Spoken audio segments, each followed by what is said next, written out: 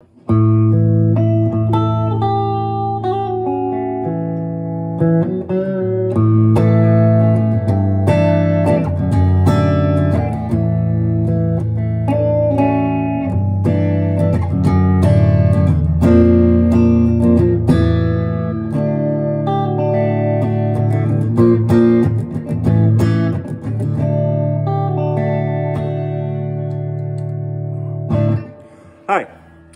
so I'm going to talk about this T63 that I bought, and I made some modifications to it.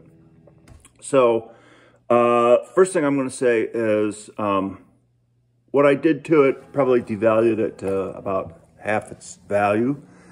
So you want to think about stuff like that before you do it. But the key is here is I ended up something I really like. The next thing I want to point out about this little video is that I'm not knocking Nash at all, okay? They are nice guitars. So that's not the point of this either, okay? So the point of this is I took a guitar and I made some modifications to it to get it to where I like it, okay? So here's this T63. I had a medium relic, and I bought it, and I be honest, I bought it because I like the color and the rosewood neck, and it came in. I liked it, played it. It's fairly light. It's about 7 pounds, so it's on the lighter side. And I plugged it in. I played it for a while, and what I found out was, for me, it was really too bright with the louder pickups. So I got into it here, right? And opened it up, and there's a treble bleed cap in there. So I know a lot of guys like treble bleed, but I don't. So I clipped the cap, and it made a huge difference. But it still was pretty bright. And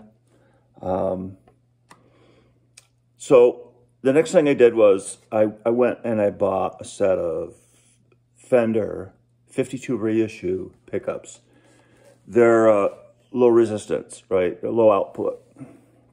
And I put those in there, and that's it. That's all I did at that point. And I started playing the guitar. I really liked the guitar. I love the color. I love the rosewood neck. It felt good. It's fairly light. So I'm going to stop right there, and I'm going to show you something else right now. So I had another Nash guitar here that I bought. Okay. This is the Stratocaster. It's the S57. So, and nothing wrong with this guitar. It doesn't really turn me on that much. I like the color. Again, I bought it because of the color probably, but there's nothing great about it. I got a couple other Stratocasters that I play that I just kind of like better. But you know, it's a nice guitar. It's kind of it's a stock Nash. And so here's the thing about the Nash guitars, right? So I was playing my T63, and this is the kind of shit that really was bugging me, okay? So the first thing is the neck. So you look at the back of the neck, okay? I'm sorry, that's not relicking. This, I've been around a long time. I've seen a lot of vintage guitars. I've handled a lot of vintage guitars. This is not what a relic, vintage relic looks like. This is man-made. Okay, this is the sort of thing, if you saw this, somebody got the sandpaper out and sanded off the back of their neck because they didn't like the finish, okay? On top of that, they put this shitty stain on there, okay? I don't know, to me, it looks like shit, okay? It's not relicking to any natural type of relic, and then they put the stain on there. Okay, so then the next thing is, and you know these Nash guitars, right? A lot of people call them parts casters. Well, that's really what they are, okay? They have louder pickups in them. They have go-to parts, bridges and tuners and stuff. You know, you can go on Nash's website and they'll tell you about how they do their things. And again, I'm not knocking it. They sell a product. It's made in the USA. It's a good product and that. But, you know, you got to like what they're doing, okay, to get one of these. Okay, so the next thing is, right, this bullshit. Take a felt tip pen or a crayon and do this sort of thing with a crayon.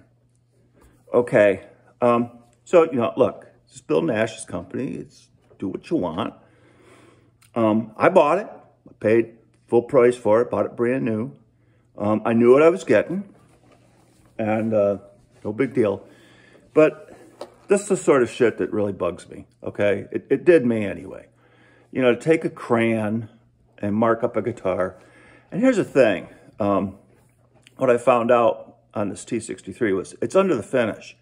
So he signs it before the guitar is even finished. So don't think he's signing these after the guitar is finished and he's doing some sort of quality check. Maybe he does do a quality check. I don't really know. But this was signed before the finish was put on. So that means before the guitar was assembled and all finally put together. Look, you know, it says right here, Nash Guitars. I don't know why you have to get the crayon out. And I don't, you know, the serial number, like, right, put on the neck plate or the bridge or someplace else. Anyway, that kind of stuff, right? Doesn't annoy a lot of people, but it kind of bothered me. And I really like this T63. So here's what I did. I took the neck off. I sanded it all down. Okay, I got rid of the ugly, what I consider ugly. Got rid of the crayon. Got rid of the felt tip marker. And I refinished it. Nitrocellulose spray. Put the appropriate decal on. And now I got a guitar that I really like. Now, I was kind of worried about this because there's a stain or something. I don't know whether they use iron or potassium permanganate or something like that to stain this with. But that came right off, actually, with just a little bit of sanding. This business up here was applied on top of the finish. That came right off. The signature was applied underneath the finish, and so I had to take the finish off and then sand it off. So, you know, it took a little sanding, and I think I finished, I started out with maybe 150 grit or something like that, went down to 300, refinished it, put it all back together, and now I have a guitar that, that I like. It's still a parts caster, okay. It has, you know, the Fender pickups in it now. So it's gone through a transition. But the point is, I got something that I'm happy with, okay? I'm not, you know, not trying to sell it or anything like that. Just trying to get something that I like and that I'm happy with. Well, there it is. You know, if you're interested in doing something like that to get away from this crazy neck and all the childish crayon markings and stuff, there you go. Take care. Thanks.